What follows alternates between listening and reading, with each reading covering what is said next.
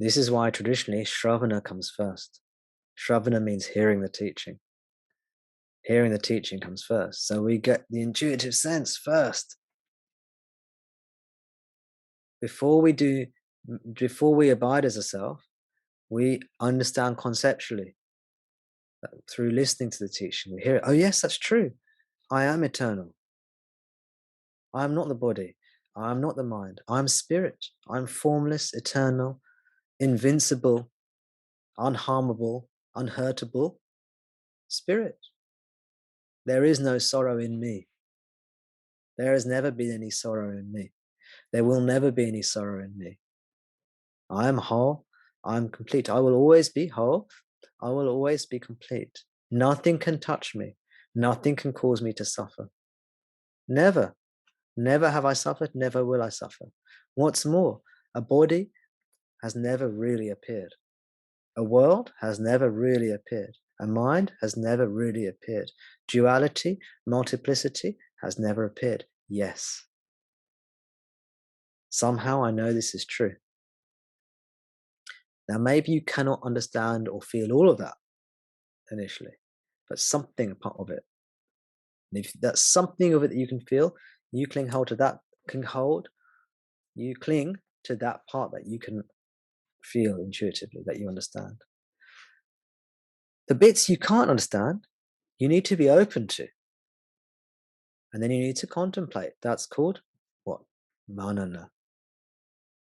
That's when you contemplate the teachings. As your contemplation goes, you develop more and more conviction. A part of Manana is to discuss the teachings, maybe in after satsang, maybe with me during satsang, maybe with yourself. You think them over with yourself. You get more and more conviction in this. What happens? You start to think, you know what? I'm self. I'm full. I don't need the Ferrari. I don't need the birthday cake. I don't need the chocolate cake. I don't need all these things that I thought I needed. And what happens? Your desires lessen. You start to renounce. You feel happy through just being. What's the culmination of this? What's the culmination of this? You start to abide as self. What's that called? Nididhyasana. Sravana, Manana, Nididhyasana. Can you see how one naturally follows from the other? Can you see that? Can everybody see that? Sravana, Manana, Nididhyasana. You see how the three are part of one process. They naturally follow. What's the beginning? The beginning is the Guru. The Guru gives the teaching. That's Sravana. All comes from the Guru. This is why the Guru is the most important thing. Please, when I say that, no, I'm talking about Bhagavan Ramana.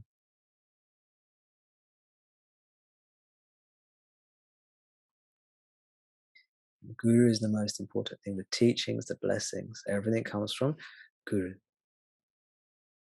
His words, his presence, his teaching. First, they instill something in us.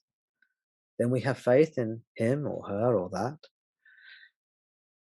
We don't dismiss the bits we don't understand. We don't say, yes, that's true. I get that bit, but I don't like the other bit. I'm dismissing it. We say, yes, I get that bit. That bit, I'm not sure about that bit.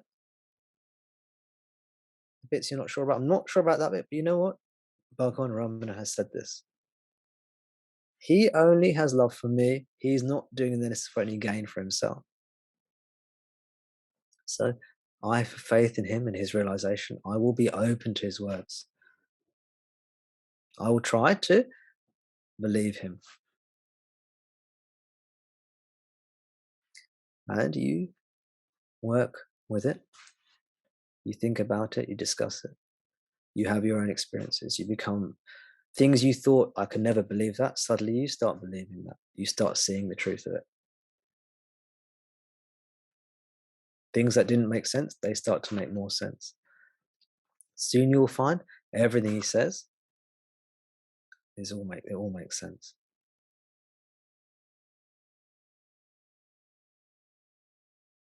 And we will start to abide as the self more and more.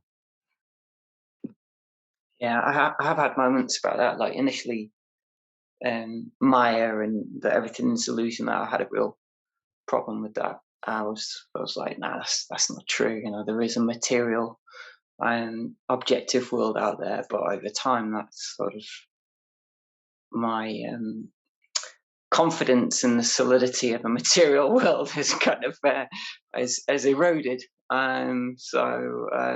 Yeah, definitely. But that what you just said then was great because it just gave me it renewed my confidence in. I mean, I must know there's something in it, otherwise I wouldn't be here. But it's reinstilled the confidence in the um, that it is the truth, and that I am the self. But You are. sometimes you get knocked about a bit, and it really tests your faith, I suppose. Yes, it does. It does. I understand. Yes. We've all been there, both with being knocked about and you having your faith tested, and also the idea that this is illusion. Almost everybody, most people, when they come to spirituality, they come with the view that the world is real. That's the default, de facto view of our society, of almost every society. And anything otherwise is either absurd or shocking or insulting or offensive or a combination of, or just crazy. So it takes time for our minds to catch up with reality. Hence the value of the guru who can speak